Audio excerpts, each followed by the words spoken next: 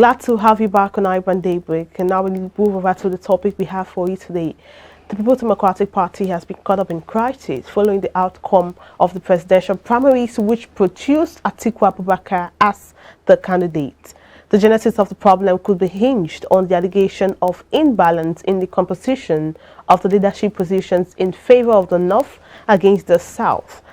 The course of action, spearheaded by Nyesom Wike, Governor of Rivers State, with the support of 4 other governors, among who are Benue State Governor Samuel Ortom, Oyo State Governor Seyi Makinde, and some prominent leaders of the party. Consequently, they have called for and are still insisting that the chairman of the party, Senator Iyorcha Ayu from the North, must resign for a southerner to take his position. In latest development, Ayu had said he had the power to stop Ortom and others from contesting the 2023 elections. Now, the Rivers State Governor Nyesom Wike has taken a swipe at national chairman of the People's Democratic Party, Dr. Iyorcha Ayu, over his statement against Governor Samuel Ortom of Benue State. Now, joining us to make sense of this, we have Charles Ideho, and he joins us virtually. Good morning, Charles, and thank you for being on the show this morning. Thank you very much, Margaret. Quite some time now. Yes, so you can say that. Thank you. All right, now can you react to the crisis, internal crisis rocking the PDP? Firstly, before we delve into the recent statement from Ayu and Wike countering that statement, what do you think about the crisis rocking PDP in recent times, since the end of the primaries that produced Atiku Abubakar as the party flag bearer? Well, I think it's regrettable, and of course it's also avoidable. But you know, where in Nigeria, our politics in Nigeria is all about selfish interest, not about the interests of the institution, or not about the interests of the country. Everybody just wants something for themselves. So that's exactly what is playing out in the People's Democratic Party. Ever since they've been done with the primaries, I think around May or so, if I recall. Yes. But this is okay. We're just entered November today, but you are still having this infighting because of what, as I said earlier, it has to do with personal interest, and none of them. It's very difficult for you to have a Nigerian politician wanting his own personal interest to be subsumed under the interests of the party or the interests of any institution. So it's very regrettable. And one thing is that people who are supporters of APC, most of them are happy that there's implosion, internal implosion within PDP. But it is not good at all, because if anything happens to PDP, it will definitely affect the political configuration of this country, because we all need a viral opposition, so that that viral opposition is the one that will ensure that they keep the government in position in their toes. On their toes. All right, sorry, just to come in. Sorry to cut you. You mentioned something before I skip it. You mentioned it could have been avoided. What do you mean it could have been avoided? See, from where the party said it will be zoned to the south for this coming primaries, and then it happened that it didn't go as planned. So is that the avoidance you think would have happened at that point? Yes. Well.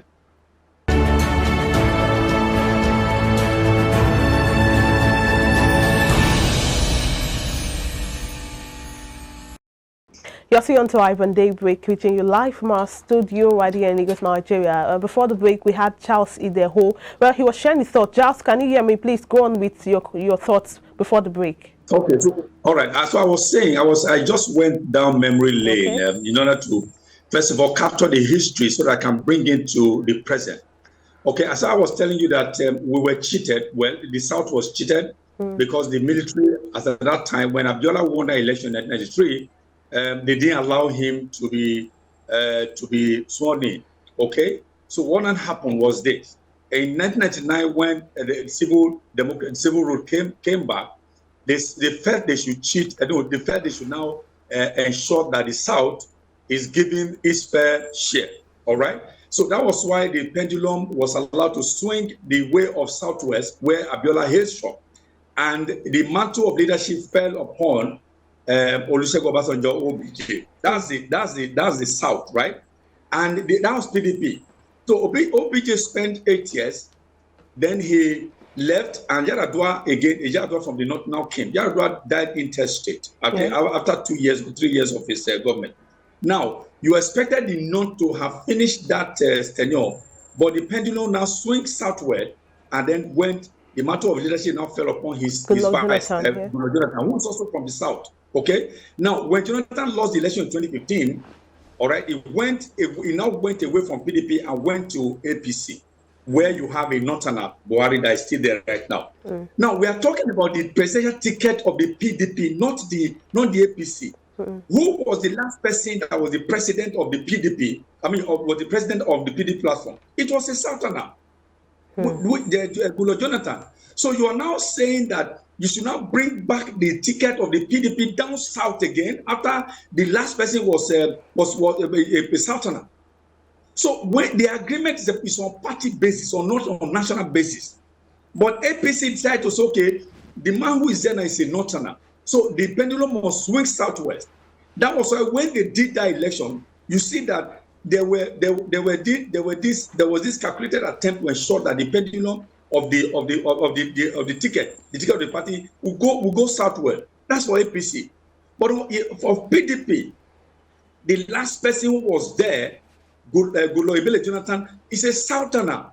So the party ticket cannot return to the south again because that would be unfair to the northern folk. That's exactly what people don't understand. When you say the pendulum should be swinging now northward and south, it's on party basis. Let me come in here. Let me come in here, please. Let me come in here, please. You are talking about history. Let's delve into history now.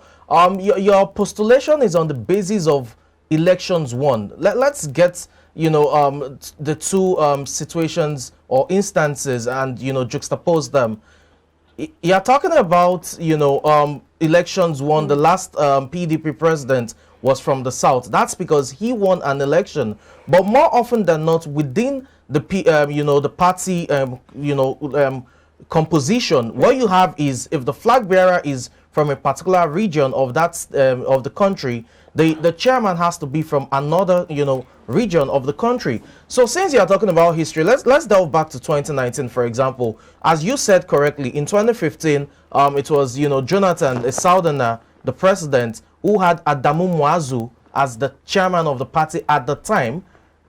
So you had the president of PDP, which was from the south. You had the chairman of the party from the north. That was the last time. When 2019 came, there was a rejig that since the last president was from the south, then the president should be from the north. And that's why Atiku emerged in 2019 as the flag bearer of the party. Do not forget that at the time he emerged as chairman of the party, you had that composition. Now in 2022, going into 2023, the understanding is since Secondus, a northerner, had been evicted or had been removed from office, the flag bearer should come to the south because the last flag bearer was from the north.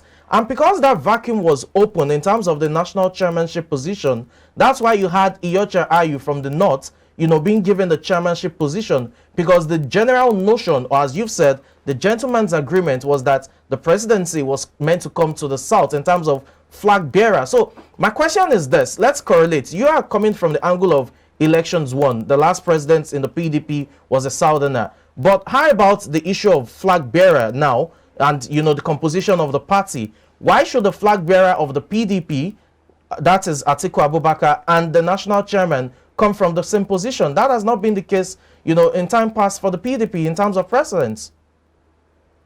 Okay. So I quite understand what you're saying because, as I said, since we are dealing with history now, yes, I think we need to drive on that route, something. Okay. But you see, the thing is this: even if today, yes, by the constitution of the People's Democratic Party of People's Democratic Party (PDP), if today you remove Ayu, yes, as I speak, the next person there will be a northerner. Are you aware of that? I'm aware. So if you remove Ayu, who will be there is a northerner, because the party's constitution has already zoned the chairmanship of the party, yes, to the northern Nigeria.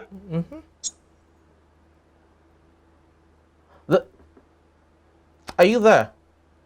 Yes, I'm here. I'm here. Okay, that those who will tell you that the executive, the National Working Committee can also, revisit that constitution to ensure that for this time, in terms of an emergency in that sense, it comes to the South. Again, if the party bears democratic in its nomenclature and it is not democratic in its leadership composition, how can that reflect the values of the party if there's one to start with? Good question. Now, but you see, the thing is, what I've always been saying is that we must allow institutions to work in this country. Okay. Good. If Wike and his lieutenants, they feel aggrieved, yes, I expect them to go, let's build this party. You can now go and say, okay, let's see if we can tinker with that, the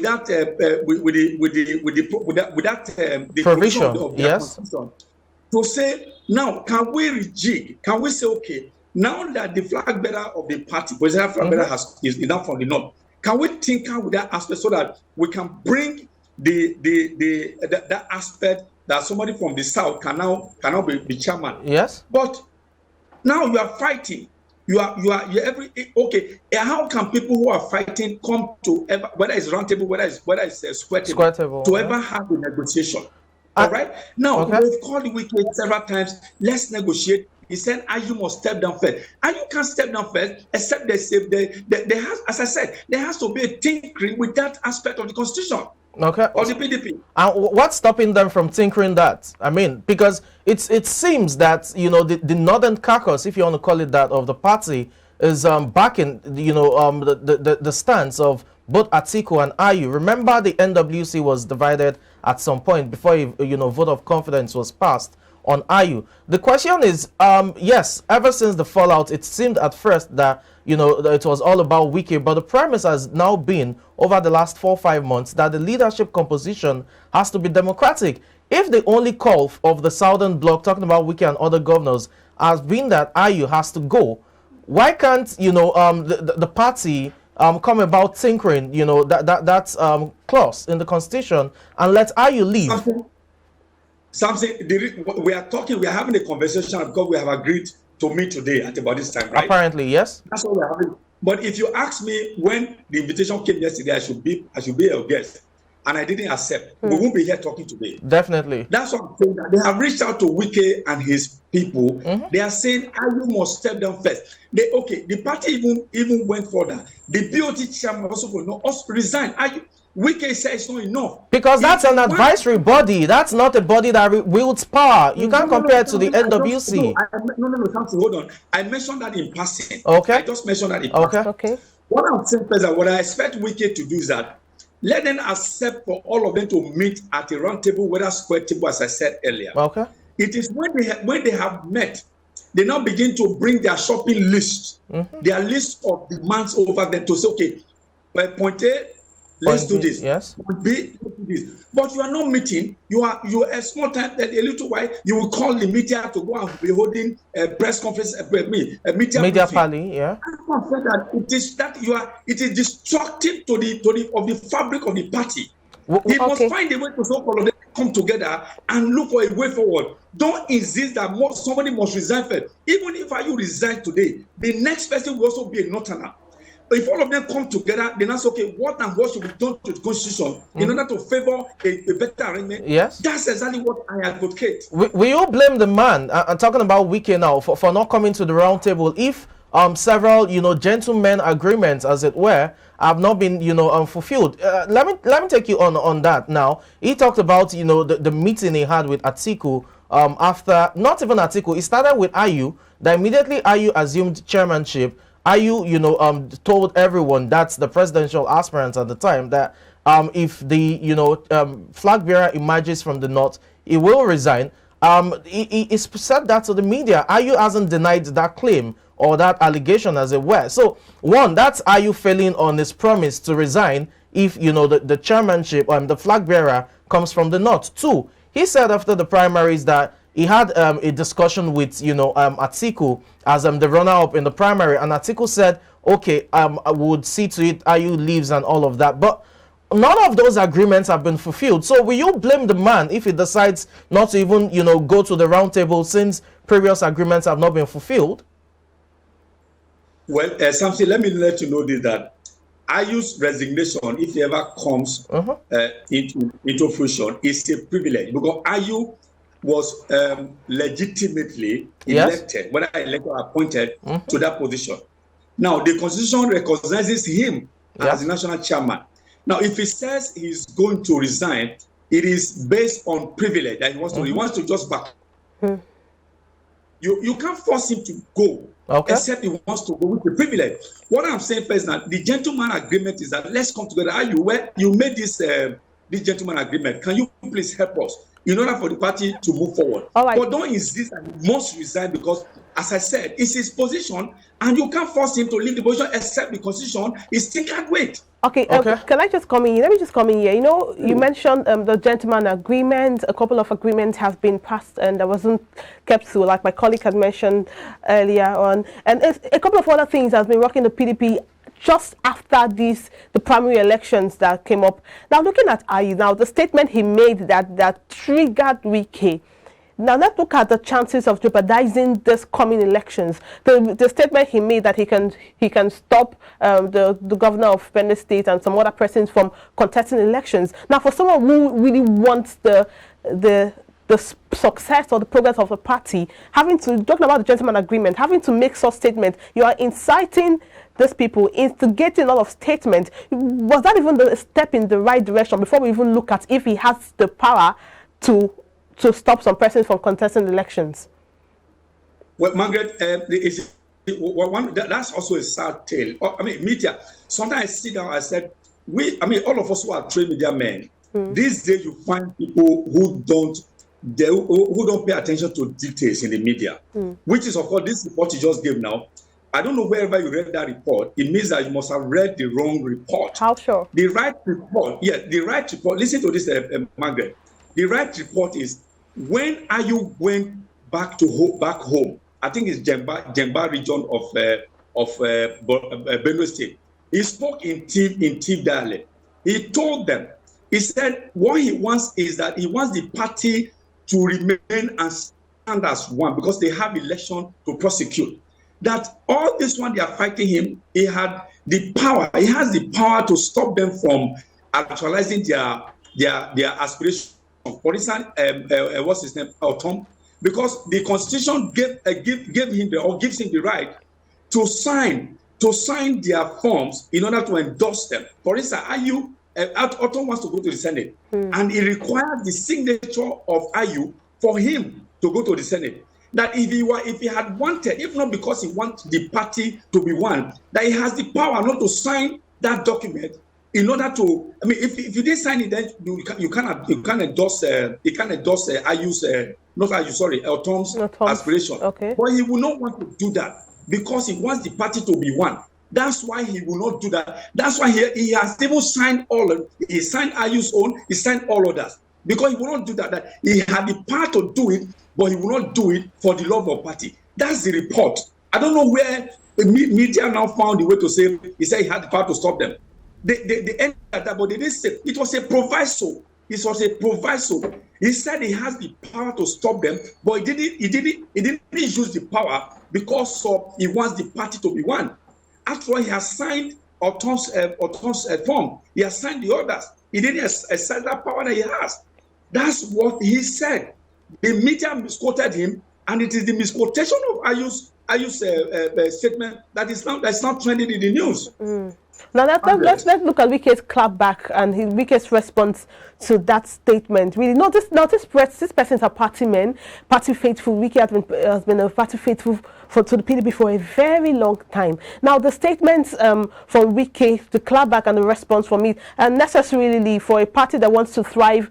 I'm particularly interested in the chances the PDP has in the coming elections, because we have other rival parties who are, like you had said earlier, who are happy with the recent developments rocking the PDP at the moment. So for Wike, who is supposed to be a party man and a party faithful and should know better in that sense, his statement was seen as a dare. Now, according to what was read and what was reported, it was seen as a dare to to the current chairman of the PDP. Now, looking at also some of a report on paper made mention where he mentioned that he's not clear on his support for the presidential candidate. Now, looking at it, do you think he's still going to support the PDP, be the fact that he's been a party faithful, or all of these things would ruin their chances of coming victorious in this coming elections?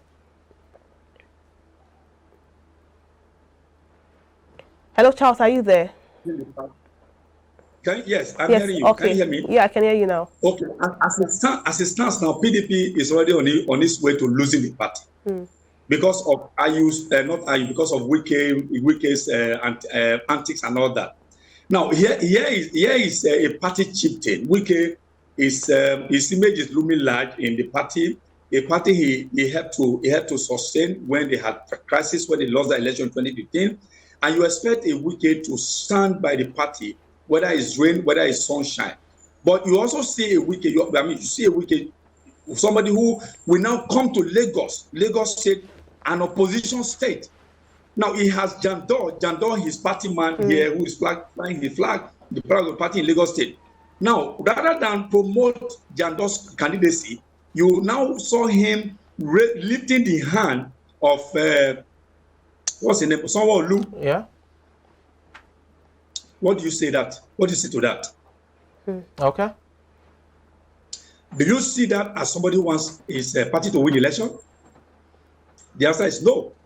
So what I'm saying is that if you love your party, let your personal interest be subsumed under the interest of everybody. Something. Okay. Okay, let's look at, beyond the Wike now and his antics. The flag bearer of the party similarly has issues with other, party chieftains. You look at Benue State Governor, for example, who publicly wasn't quoted. He addressed the media and said, he expressed his grievance concerning Atiku's statement to him regarding that Fulani imbroglio, as it were. And he asked the flag bearer of the party for an apology, which he said he hasn't received. And he ended up that interview by saying, we will address the elections as the elections will come, which is a profound statement. So it's not just about Wike now. You also have certain individuals within the party who are stalwarts of the party having issues with the flag bearer.